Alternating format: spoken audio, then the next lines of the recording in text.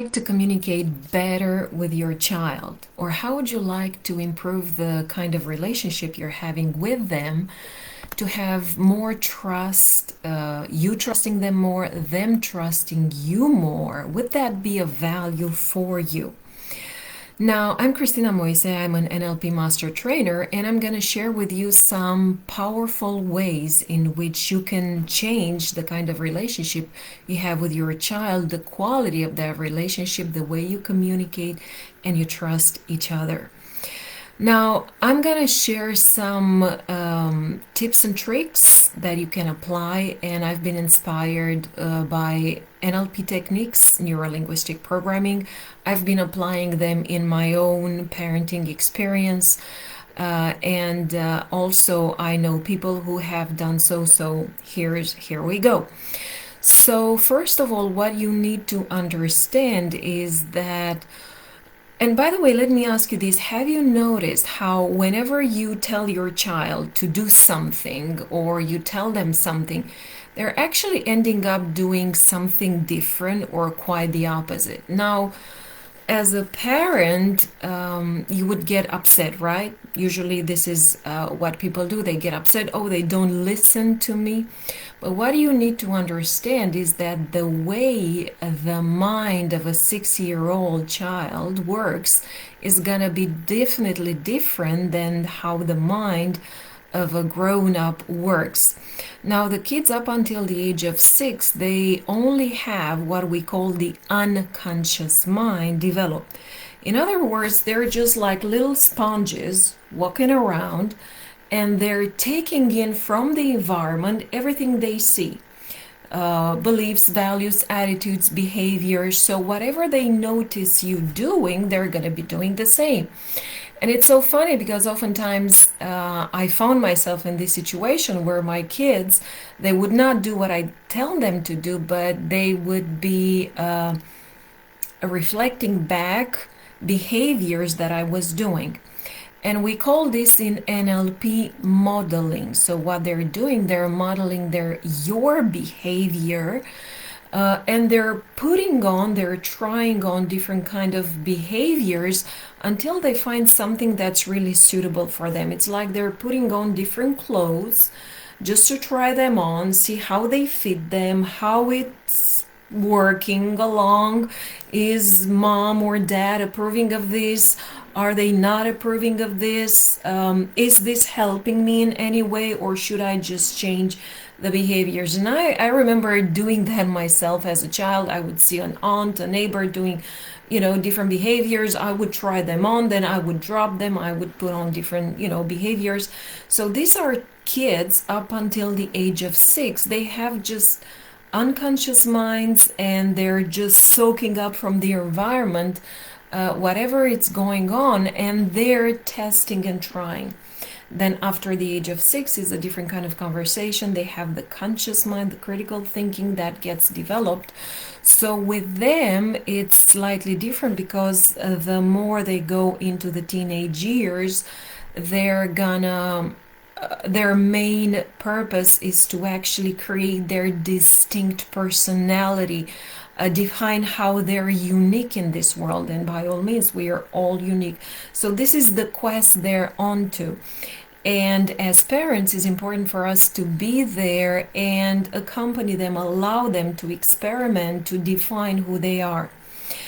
But now, coming back to now that you understand these principles when it comes to how the mind works, and especially because it's very different for kids up until the age of 6, maximum 7, and how it's going to work for children which are more than 6 or 7 years old. It's going to be completely different. Now, one other thing that I'd like to talk about when it comes to how NLP can be of use, and I know that you're wondering, how can you create a trusting relationship with your child? How can I trust them that they're telling me the truth? How can I have them trust me to share whatever experiences they're going through during the day? or what is going on in their minds, in their hearts, what kind of questions they are having, what kind of experiences they're going through. And what I've noticed is that usually, and I've been doing this myself, is whenever the kid or the child is going through an experience that, and they don't necessarily get the result that they wanted, the immediate reaction is to correct them, to tell them how to do it differently. And the moment we do that, is like we just cut that trusting relationship. It's like we're interfering with the process, what they wanted to share with us. So instead of judging them, giving them suggestions, what I found is most useful is to actually to be the kind of parent that creates the space where they just empty out, where they have the chance to take things out of their chest, out of their mind, trust you to share experiences without you judging them. Because the moment you judge them, they just shut down and they're gonna go inside. Oh, they're not listening, they're not approving of me, I feel rejected again, I don't feel accepted. Each and every one processes these reactions kind of differently, and I know you do this with a kind heart, giving them feedback or telling them how to do it differently because you want them to feel safe or to protect them from future, bad experiences. But instead, what I'd really encourage you to practice is just listening without judging them, listening without giving them any advice per se if they don't ask for it. And this will enable more trust. And one way in which NLP can help you with that is, for example, through Rapport. And Rapport is an experience where you match the same posture, for example, or you're paying attention to the words they're using and you're using them back, or the kind of predicates. You pay attention whether they're more visual, more auditory, or more kinesthetic. And when you're speaking with your child, you will actually get to be on the same page if you're in rapport with them and using, if they're visual, for you to use also more kind of visual predicates like see, look here, and so on. So a Rapport is one of the extraordinary ways in which you can create a trusting relationship with your child, so that you trust them and they trust you, because this is the cornerstone of every relationship. Now, another way in which NLP is very valuable, and in which you can apply some of its principles in the relationship with your child to improve communication, to have them open up to you more, is look at your child as being magnificent, irrespective what they've done, irrespective of grades or how we usually judge them, evaluate them. When you look at them as being magnificent, and you will actually project onto them, they will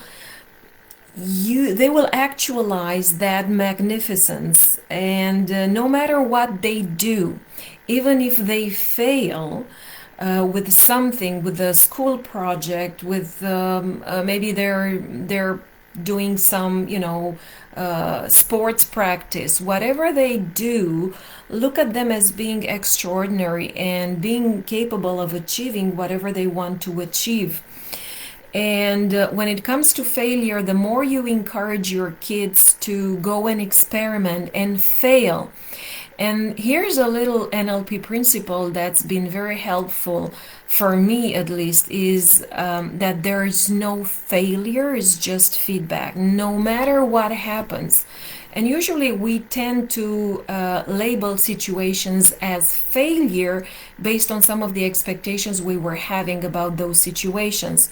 But when you stop labeling a situation, an experience, as being a failure, and you take it for what it is, and you give yourself feedback with the purpose of learning from it, you and your child actually will be able to move on much faster and much easier, instead of dwelling on what was wrong and self-criticism and self-sabotaging and putting themselves down, or you putting themselves down unconsciously, by telling you should have done better or pointing out what was wrong.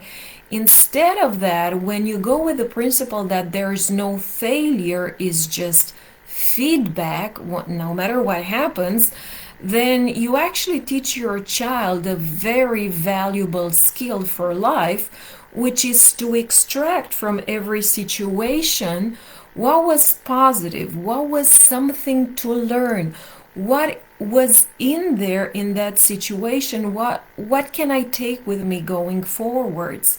Because in every situation, no matter how bad it is, and just think of yourself when you look back at maybe the most, the biggest failure you had in your life. Oftentimes when we look back at these kind of situations that we dread the most and that we consider that were our biggest failures, when we look back in hindsight, actually what we do, we realize that those were maybe the most defining moments for our lives. So instead of carrying and teaching your child, to carry that with them as a moment that they're gonna regret for the rest of their lives, instead teach them to find the wisdom, to find the learnings from every situation, because those failures definitely have in them that kind of wisdom. And no matter how bad the situation, how big the failure, actually, the bigger the failure, the bigger the lesson it is. And we tend to only look at a situation as being a success if we have reached or achieved whatever goal we had. However, we oftentimes miss other opportunities that were present and we could not see. Maybe we did not have the neurology, or we did not have the mind presence to see what else was there.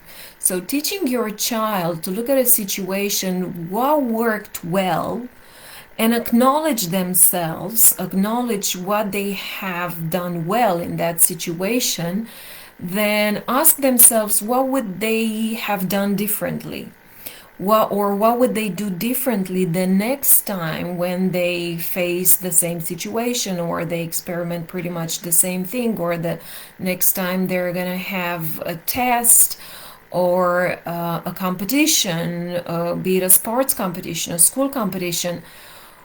What is it that they would be doing differently? Because teaching your child this skill to give themselves feedback, it's very valuable and it will stay with them for life. And instead of having them just focus on what was negative, what was bad, what didn't work, teach them on how to find, and focus on what was good, what was positive, what is it that they choose to carry forwards with them in their lives. Okay?